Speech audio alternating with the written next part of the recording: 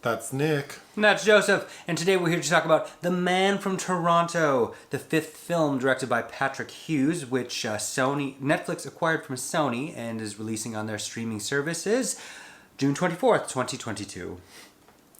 The director? Patrick Hughes.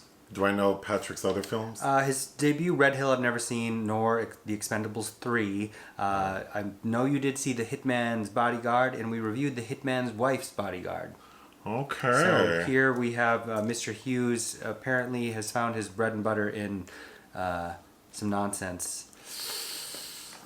Yeah, this was a no for me. It also shares a title with a 1933 film I've never seen.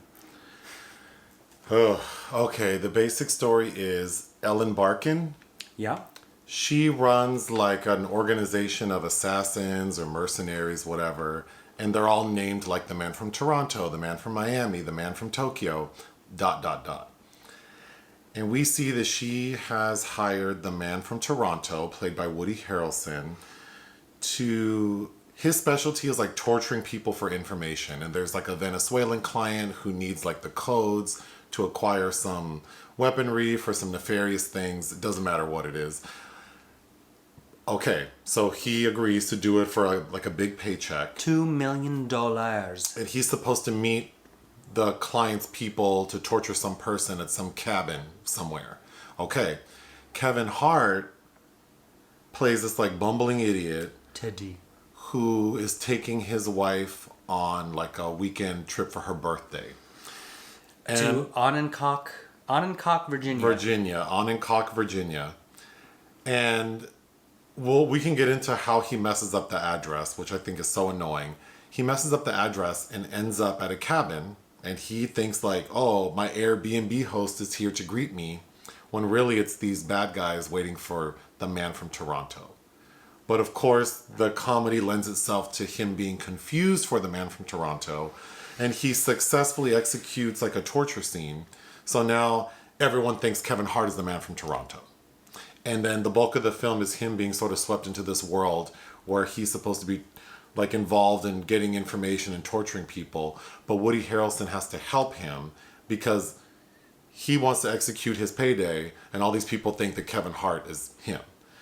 But Ellen Barkin feels like Woody Harrelson is messed up, so she sends the man from Miami, played by...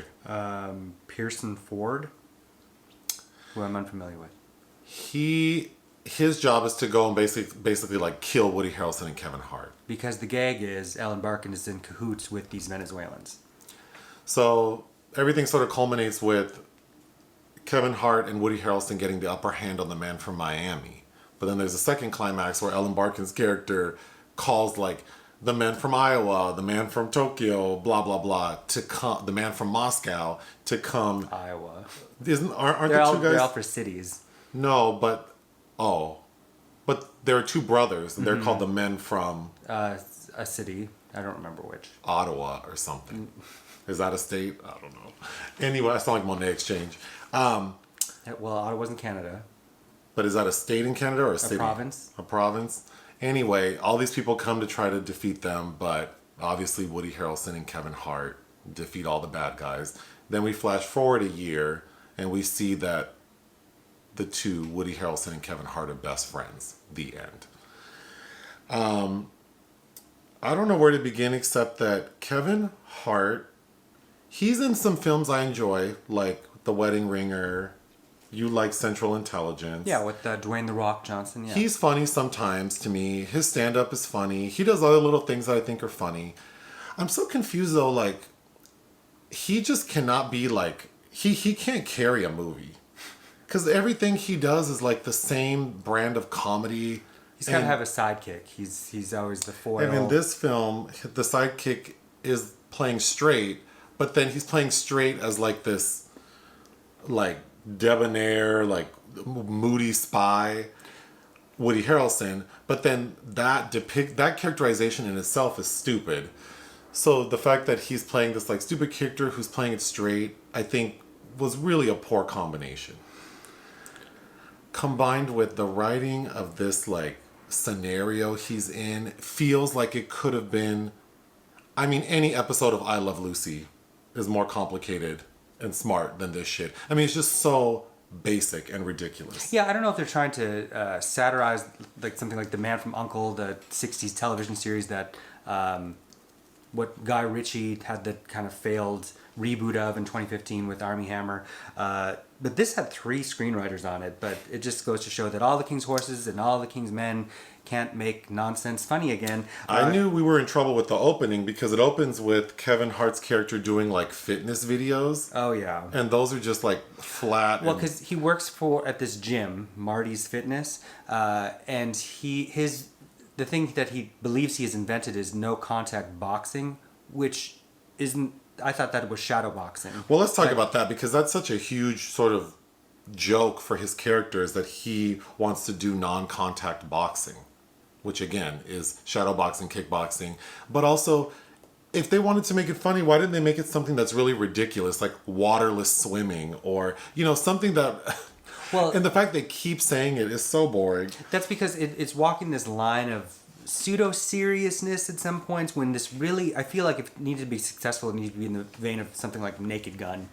Right, like just absurdly dumb. Yes, because, and then at least, you could wrench some humor out of it because I don't know, I think that I only chuckled once. But anyway, the opening is the videos of Kevin Hart, like, recording himself for YouTube and saying, like, I have 70, like, subscribers and or something silly, like one video, 3 subscribers and 70 views, and he's excited about it.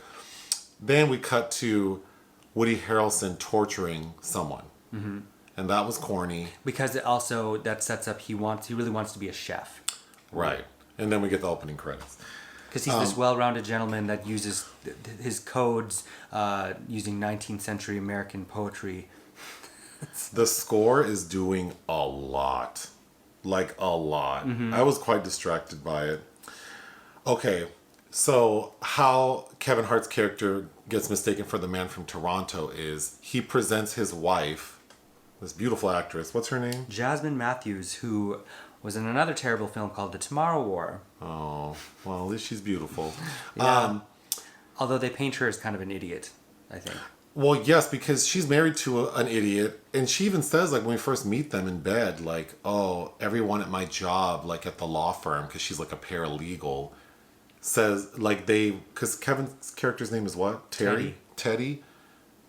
She tells him, oh, at the law firm, whenever someone messes up, they say they teddied it.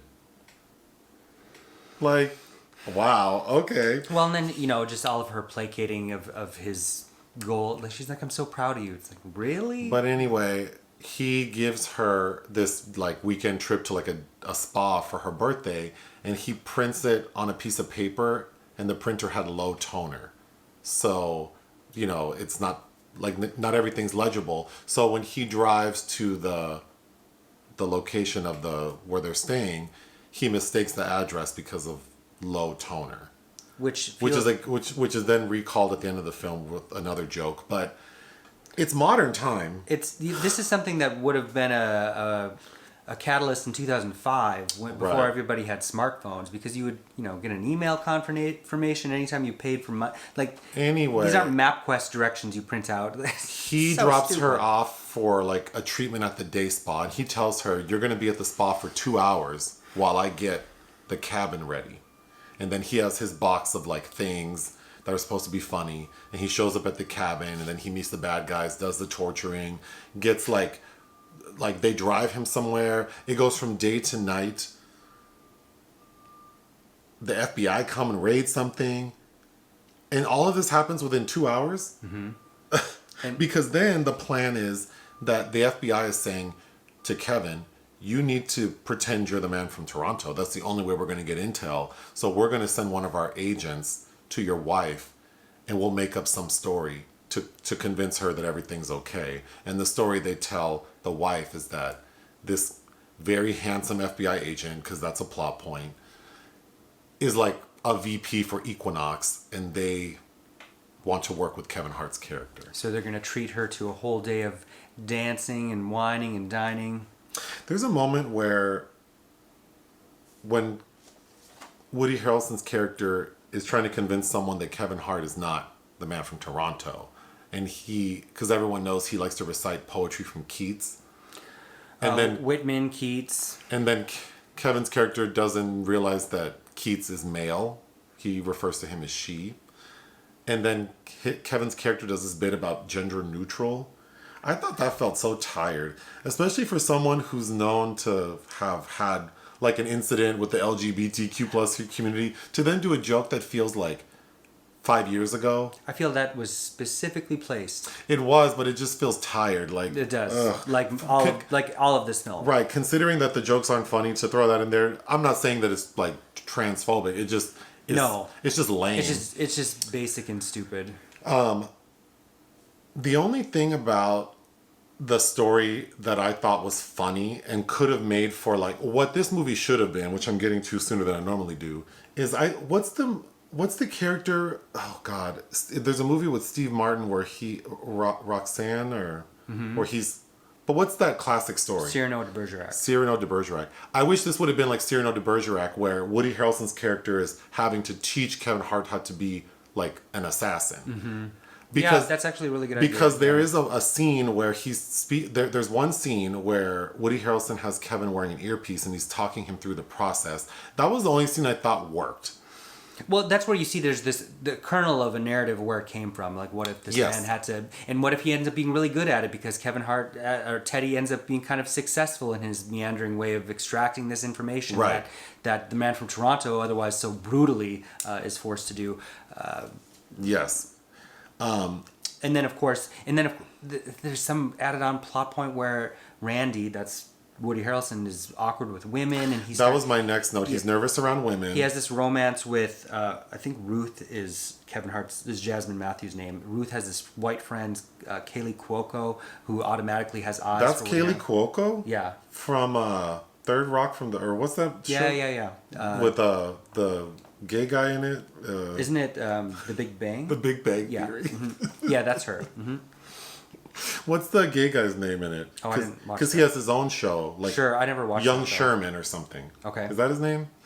Anyway, yeah, Woody's character is nervous around women, and then he ends up hooking up with Kevin's wife's friend, and then a year later, when they're best friends, then they have like this, this two couples who always hang out. Well, he has a restaurant now and blah, blah, blah. I was kind of shocked. It's okay looking, but, of course I looked up who the director of photography was. It's Rob Hardy, who has lensed all of Alex Garland's films, Men and Ex Machina and I don't know. Annihilation. There's a fight scene towards the end when they're fighting like the men from Moscow, the men from Tokyo. That shit looked...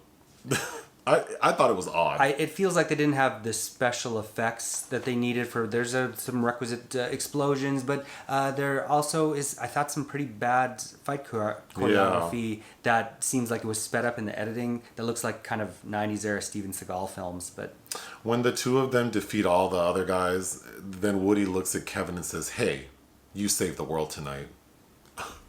But you ruined mine. Because of course, and then there's the added on plot point that his wife won't talk to him when she just discovers what's going on. She's gonna leave to go to her mother's. That makes no sense. Like what? Right. Like what? Like, did you get the full story, hun? Because if you did, you shouldn't be mad at me. I did laugh like 4 times in the movie. One of them was the posters for Kevin Hart's characters, like no contact boxing, says all the pow without the ow. Mm-hmm. I think that's very funny. Oh my god. So when Ellen Barkin's character calls all these other people to come get Woody and Kevin, they all arrive at the same time, but they're coming from Tokyo, Moscow, Iowa, Ottawa, whatever. That's what I said. Like, did they all hop on the same Did they all get on the same flight, flight, or did they all coordinate? Because they're all against each other, because whoever like, can kill him first gets the money. It's like John Wick. It's like there's a bounty on his head, so there has to be one person winning. And then, that shit was dumb. Oh my god. Another moment that made me laugh a lot is Ellen Barkin gets killed. That's the part that I laughed at.